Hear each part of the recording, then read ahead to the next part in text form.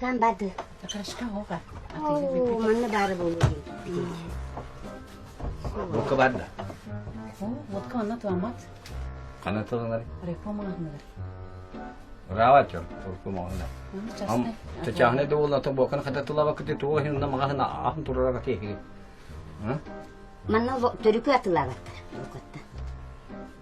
İyi kita kapsa pepine. Numu para deve kita. Bad boka dibine. Akada da vakta. Göre. Tuğa en oğlum yoktu ne maslası. Kacan otur. Kim yok bite? En yok bir dedi. Doktor yok pepin mikini. Kösköyü hadi yenge bükki. O da kösköy bir diye beklebi. Doktor tapne mi? Bu kadar da. Doğdu ne o canları tolar eder onu köskö yok hebi ya. Tu kösköy bir diye. Kayar gına ne? O da ne doğum mine oğlum yok annen. O senin dağını. Ha? Doğum mine oğlum yok takını. Yok ne binde? En oğlum da olan ne? Düğünleri matasiklına sürdü. Dünleri o baka. Bu lokuyan kimin o prosesi yaptı. Hüra toktağını ne nepetinde.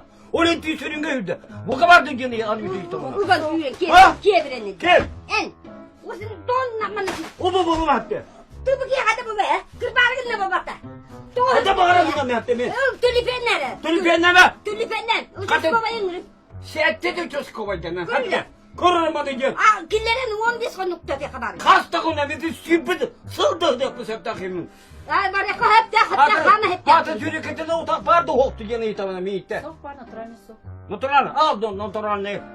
Yine rast bolungun. Öyle bak Diksu. bunu. Bu atı kete barangın diksu yine rast bolungu hattı. Ketim. Ketim Oğlum, neydi? Oğlum kedi baba dakı. Oğlum siyenim kendi. Tamam, oğlum. Daha para almak da ketim ne ben. Ketim ne bin yeme. Bilmiyorum ben. He ta takım bara al hatta.